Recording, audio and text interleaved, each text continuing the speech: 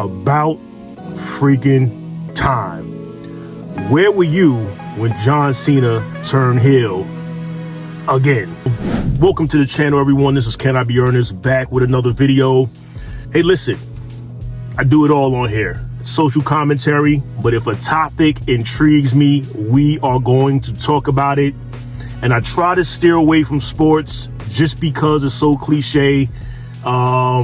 Entertainment for the most part, although these entertainers keep entertaining us.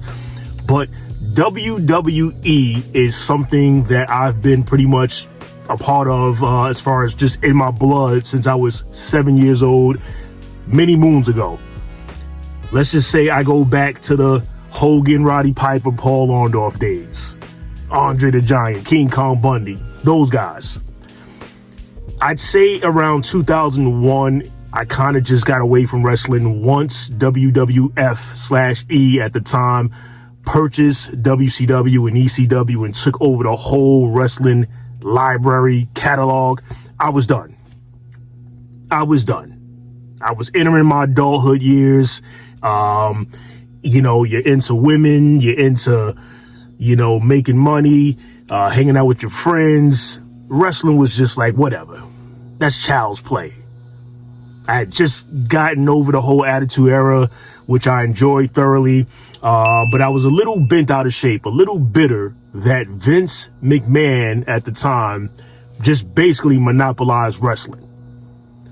Growing up a WWF guy and an NWA, WCW guy, you know, I just appreciated seeing different territories, different companies, ECW for sure when I was a teenager. Like, I appreciated these other companies.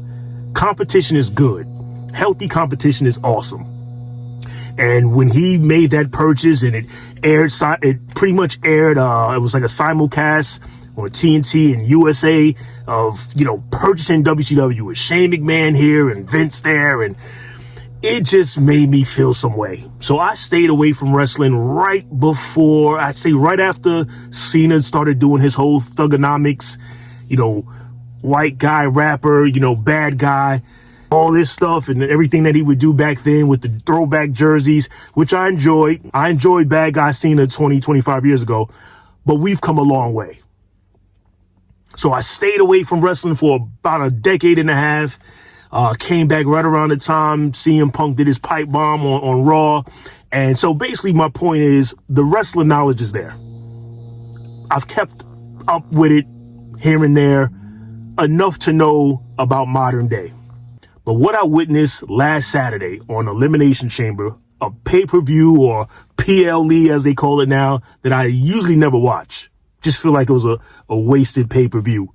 You know, I'm just from the old school PPV. We never called it PLEs, but you get the drift. I never got into Elimination Chamber, just didn't like the concept. Deep down in my heart, I've always been a WCW guy. And I always felt like WWE was just stealing a lot of their concepts and Elimination Chamber, whatever, that's their own thing. Just never won me over.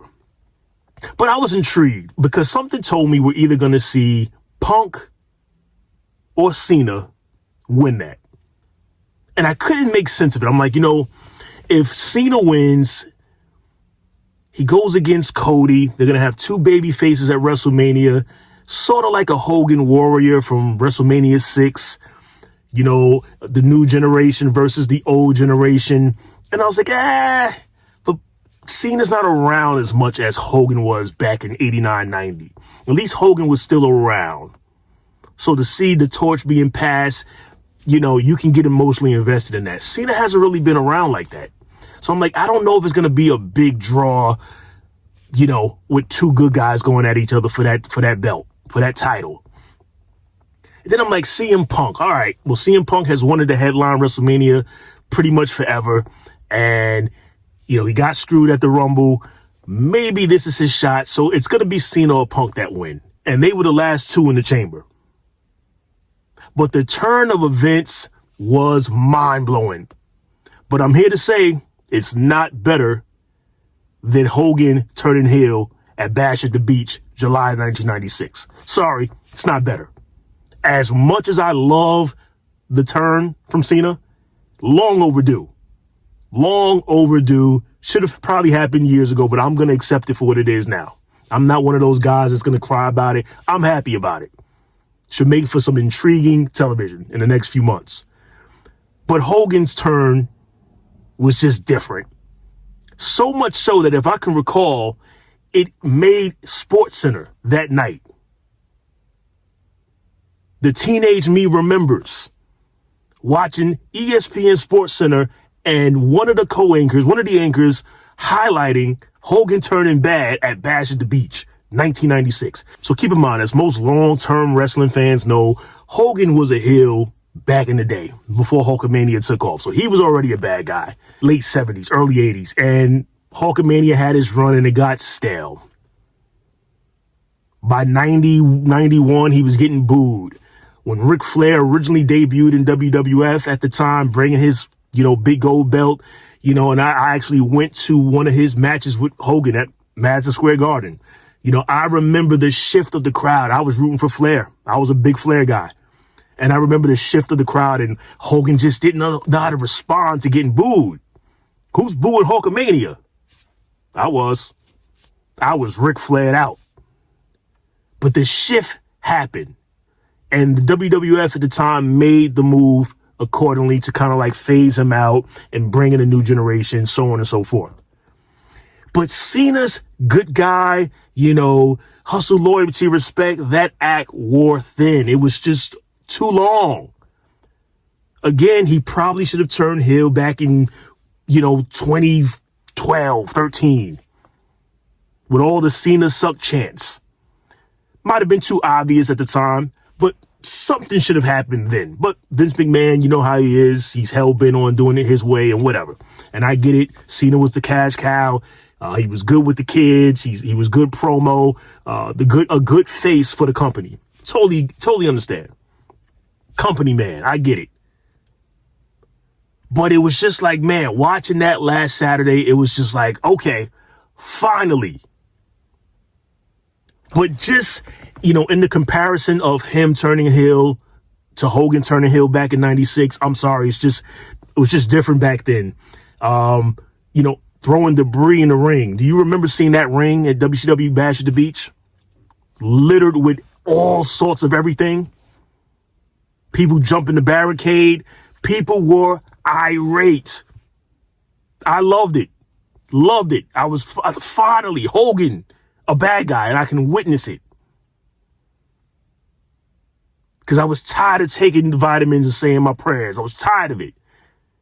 And I know a lot of these young people had to have been tired of the hustle, loyalty, and respect, and all the good guy dialogue and all that.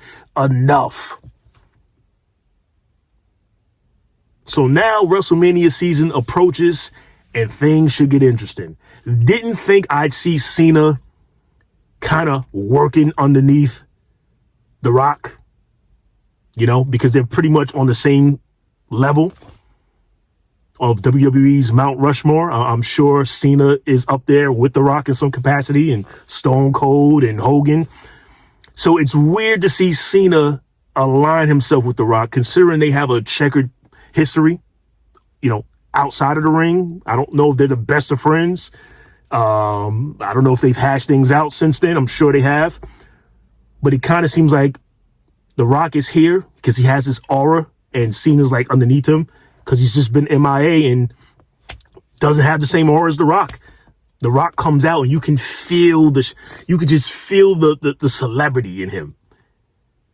He may suck at making movies, in my opinion, but just in the wrestling universe, world, whatever, he still has it. He could command the audience. It's phenomenal to watch. But I wanted to make a video about this because I was fascinated. I was texting, a couple buddies of mine who are long-term wrestling fans like myself, who probably watch it way more than me. I only watch the major pay-per-views, admittedly. Mania, Rumble, SummerSlam. Maybe every now and then I'll watch something else. And it sucks for an AEW fan and AEW supporters because, that company's cooked. They are. And I know people want to say, oh, let's just enjoy wrestling as a whole. But AEW, I was really backing them up because WWE got stale. from 2012 to like 22. Whenever Roman started doing that Chief thing, whatever year that was, prior to that, for about 15 years, the WWE was trash. Big trash. I'm sorry. I feel like I'm qualified to make that comment. Someone who lived wrestling from childhood until, maybe 20 years old. So I've seen all the greats. I was watching it, when wrestling was really like it. You know what I mean? And WWE was boring. So it's just good to see, good storytelling, finally turning this guy bad on his last hurrah, John Cena. And it just sucks because AEW was close. They had a chance. This is not about AEW, but they had a chance to be like at least close to WWE. WWE had a head start of about 50 years before them. But my point is, AEW had momentum. I don't care if they're signing WWE guys. They have momentum. And now it's just like, man, WWE is just dominant again. Dominant. And now being in cahoots with TNA and doing their little, partnership. So I'm rooting for AEW still, but changes have to be made. Because right now, WWE, they made the necessary changes to gain viewers. Again, to win back an audience. Again, to gain long-time, viewers like myself, attention span. Here I am, mid-40s, and I'm like, hey, that intrigues me, and now I'm going to watch Raw. And then I'm going to watch SmackDown as it leads up to WrestleMania. I may go, back to my old ways after the fact, but you got my attention. Good job, WWE. Good job, John Cena.